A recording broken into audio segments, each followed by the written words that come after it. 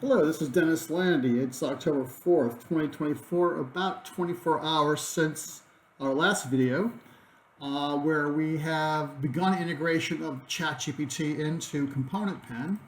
And we started up here. And basically, let's go ahead and kick off our new iteration. While that's percolating, we will talk about it. So let's go ahead and get the explanation.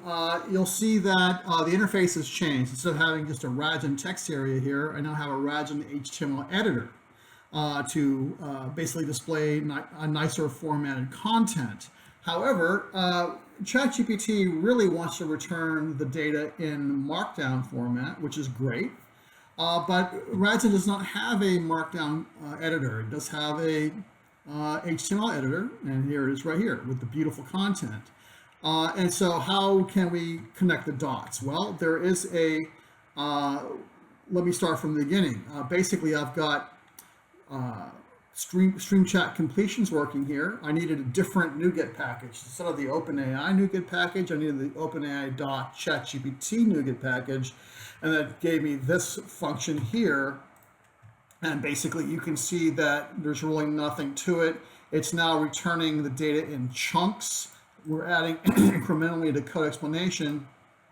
I find that in practice, it all basically comes back simultaneously. It's very, very fast. Once it starts coming in, it comes in all at once, even though it's coming in chunks. It doesn't matter in practice, it doesn't matter. Okay. But we've figured out strat completions, stream chat completions, and it may matter in the future use case where we have perhaps a multi-part question and the answers coming back in multiple parts. Then this may be more useful. At the moment, not so much. All right, so basically getting back to the output, the Radgen, we're using an HTML Radgen editor now. That takes HTML content. We're using a NuGet package called MarkDig, and basically you just take the incoming Markdown content and you can convert it to HTML just like this. And the HTML explanation here is what we are actually using up here in our markup right here. There it is. There's our Radgen editor. Instead of a code explanation variable that we're populating an HTML explanation instead, which we're converting on the fly, as I just showed you. And the result is nice.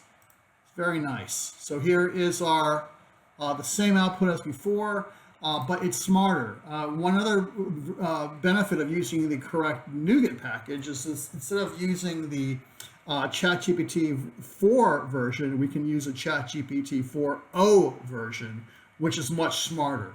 And so now basically I'm seeing the exact same content that I would see if I was using the web client for these questions. So that's great. And that is the update to ComponentPen. Thanks for watching.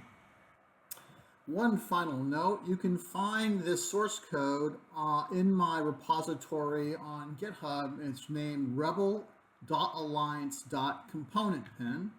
And if anyone out there needs help writing Blazor components for their own websites, give me a call. You can find my information at allied-data.com. And under the Contact Us page, you can contact me on LinkedIn.